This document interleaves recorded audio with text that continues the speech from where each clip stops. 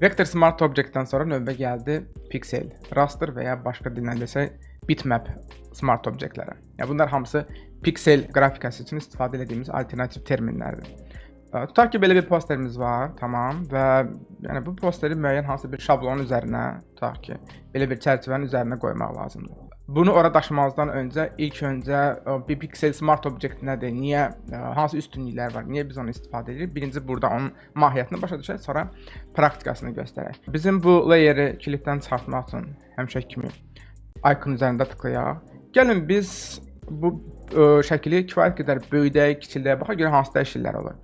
Tövsiyə edirəm ki, həmişə ümumiyyətlə hansısa iş görürsünüzsə, fotoda orijinal layeri həmişə duplikatını çıxardın, əlinizin altında olsun. Çünki hansısa yanlış işlər görsəz və ya bir səbəbdən orijinala geri qayıtmalı olsanız, əlinizin altında həmişə orijinal layer qalmış olsun. Tutaq ki, gəlin, götürək, bunu hələlik söndürürəm altdakini, yuxarıdakinin başına biraz oynayacaq. Götürək şəkili balacalaşdıraq. Niyə balacalaşdırırıq? Çünki biz dizayn prosesində, yəni onsuz da bu işlə məşğul oluruq. Bizə lazım olan kompozisiyanı, düzgün nisbətləri tapana qədər biz şəkilləri böyüdürük, balacalaşdırırıq, transformasiya edirik, enteri basıb yoxlayırıq, yox o olmadı, geri qaytarırıq, biraz bəlkə daha böyük ölçülərdə, fərqli bucaq altında yoxlayırıq. Bəzən müştəri bunu bizə daha da kiçildə bilər, daha doğrusu bunu kiçiltməyimizi istəyər.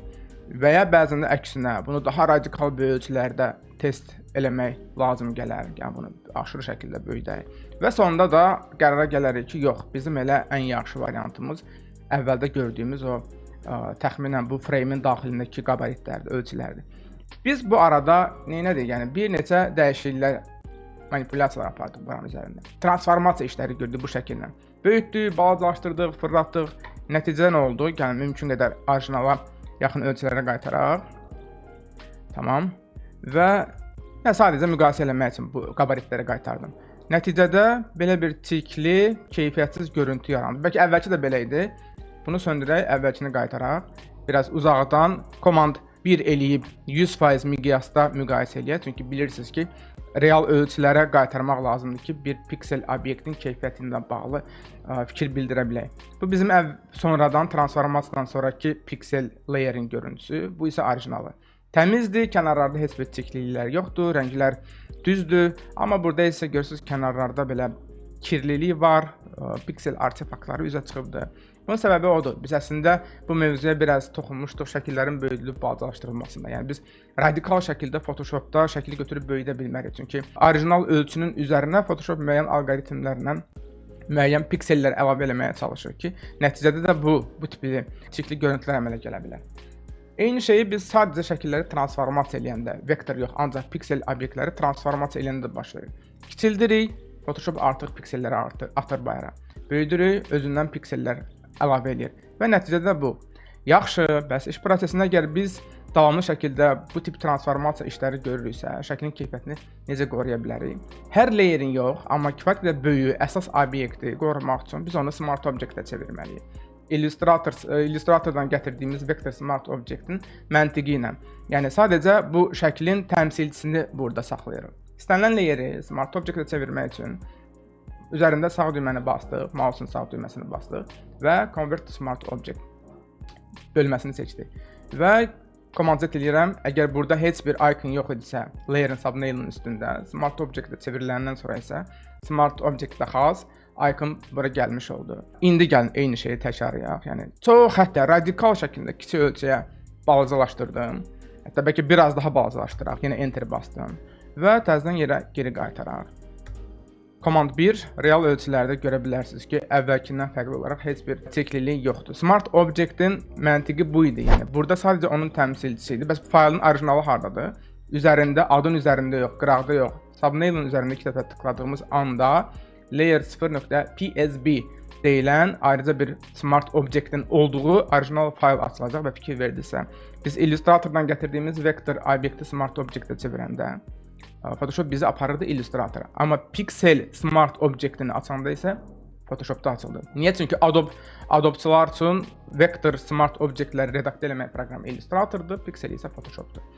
Gəlin indi bunu praktikadan keçirək, praktikada yoxlayaq. Harda məsələn işimizə yaraya bilər. Əslində praktikanın birini gördük. Bir dizayn prosesidir, böyüdürük, balacalaşdırırıq, keyfiyyət itməsin deyə faylın orijinalını sanki qoruyub saxlayırıq. Daha doğrusu piksel ölçülərinin orijinalını qoruyub saxlayırıq. Və bizim bu posterimizi elə Smart Object-ə çevirib bəri başdan aparaq bizim bu şablona. Dartıb gətirirəm bura. Bir fayldan o birisi fayla layer daşımağın yollarından biri də bu. Copy paste bilirdi, ikinci variantı da bu olsun. Drag and drop, bir daha göstərirəm. Smart Object layer, mouse'u basıb saxlayıb təbii ki move tool-la. Mouse'u basıb saxlayıb hərəkət elətdirirəm. Mouse'u buraxmıram. Mouse'u ancaq indi buraxdım və o layer bura daşınmış oldu Smart Object məntiqi ilə. Və gəlin bunu transformasiya eləyək. Ctrl-T, Alt-la bir yerdə simmetrik balacalaşdırdım. Enter basıram ki transformasiya bitsin. Zoom tool-la biraz yaxınlaşdıraq. Move tool-u götürdüm və götürək bunu düz küncə yerləşdirək. Zoom out edirəm. Probeli basıb saxlayıb aşağı doğru hərəkət elətdirirəm. Zoom-la yaxınlaşdırıram bura. Ctrl-T və balacalaşdıraq. Biz perspektiv transformasiya mövzusundan bilirdik. Ctrl-u basıb saxlayıb küncdəki markerləri hərəkət elətdirsək, Move tool-la biz hər küncü istədiyimiz formada perspektiv transformasiya edə bilirik. Burada sərhədlər bilinməsə də, amma çalışaq ki, təxmini gözəyarı da olsa düzgün otuzduraq və gedək yuxarı sağ küncə. Ctrl, Move tool-la seçdim bu küncü, gətirdim bura. Və bütün transformasiya əməliyyatlarının sonunda olduğu kimi burada da Enter bastım. Biraz zoom out eləyə baxaq. İrəlidə fotorealistik manipulyasiyalar mövzusunda, layer modlar mövzusunu keçəndə orada görəcəksiniz. Hələlik ki, sadəcə təkrarın ya da sadəcə baxın. Layerin rejimini normal rejimdən keçirtdim multiply-a. Sanki bizim posterimiz aşağıdakı posterin, daha doğrusu layerin üzərinə əlavə olunmuş oldu. Burada deyəsən ölçüləri düz verməmişim. Yox, düzdür. Sadəcə kölgə idi məni çaşdırırdı. Bizim posterimiz oturdu bu çərçivənin içərisinə. Multiply rejimi ilə, şəkilimlə aşağıdakı orijinal şəkil üst-üstə toplandı. Onun kölgələri bunun üzərinə gəlmiş oldu.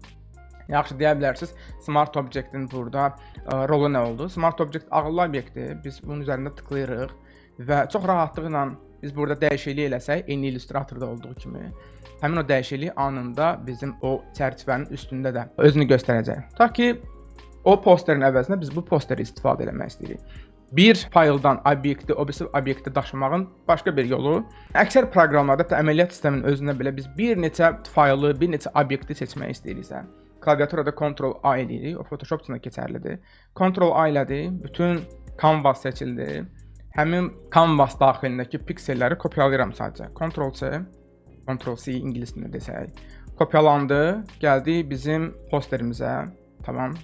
Ola bilər ki, mən burada sayını çox elədim. Siz də çaşdıra bilər. Gəl, mən bunları bağlayayım. Bunu da bağlayayım.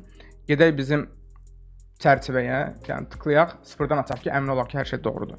Zoom out eləyirəm və o tərəfdə kopyaladığımız posteri Ctrl-V ilə gətirirəm bura. Ctrl-T transformla bizim posteri çərçivəyə uyğunlaşdırmağa çalışaq. Əsasən uyğun oldu. Ya check markı ya da enter basmaq lazımdır. Yəni, bu posterin əvəzinə indi bu posteri test etmək istəyirəm. O çərçivənin üzərində. Ctrl-S, faylı save elədim və gələk baxaq bizim, belə deyək ki, bu çərçivəyə. Geri qayda, Ctrl-Z, əvvəlki posterimiz bu idisə, Shift Ctrl-Z, bir addım qabağa getdim. Bizim dəyişilmiş posterimiz artıq bu mock-upda, bu səhnədə özünü göstərmiş oldu. Bir şey də qeyd eləyək, yəni Pixel Smart Objectləri ancaq Photoshop daxilində yaratmaq şərt deyil. Illustratorda biz keçən dəfə bir kalp hazırlamışdıq, onu kopyaladıq. Gələk, la belə gələk bura. Ya da bəlkə elə posterin içində bunu eləyək. Gəlin bunları söndürək. Tamam, fona bir ağ rəng verək və Ctrl-V eləyək. Biz Smart Object kimi vektor obyekti gətirmişik Illustratordan, Shape Layer'i gətirmişik. Amma bir vektor obyekt Pixel kimi də gələ bilər. Okey. Amma bir dənə şeydə diqqətli olmaq lazımdır. Vektor obyekti biz istənilən qədər sonradan böyüdüb balacalaşdırırıq, keyfiyyəti itmir. Pixel isə elə deyil. Artıq görürsünüz ki, daha doğrusu gördünüz ki, kiçik piksel obyektlər böyüdəndə, kisildəndə keyfiyyətini itirir. Ona görə Enter-i basmamış, birinci biz bu faylı biraz mümkün qədər böyük ölçüdə eləyirik və sonra Enter basırıq. Və bizim bu simvolumuz böyüyüb balacalaşanda keyfiyyətini itirə bilər, çünki bu bir pikseldir, bu bir vektor deyil. Gəlin bir dənə ona diqqətli olaq. Ctrl-V, bu dəfə də Shape Layer-i gətirək. Bunların ikonları bir-birindən fərqlənir. Bu vektordur, bu isə sadəcə bir pikseldir. Baxmayaraq ki, vektor obyektdən gəlir. İndi biz bunu eyni qaydada Smart Object-ə çevirə bilərik. Illustratordan gələn faylın vektor kimi gəlməsi şərt deyil, piksel kimi də gələ bilər. Sonda onu da qeyd edeyim ki, istənilən Smart Object-i biz sonunda yenə pikselə çevirə bilərik. həmin layerin üzərində sağ düyməni basıb rasterize layer əmrini versək, Smart Object pikselə çevriləcək.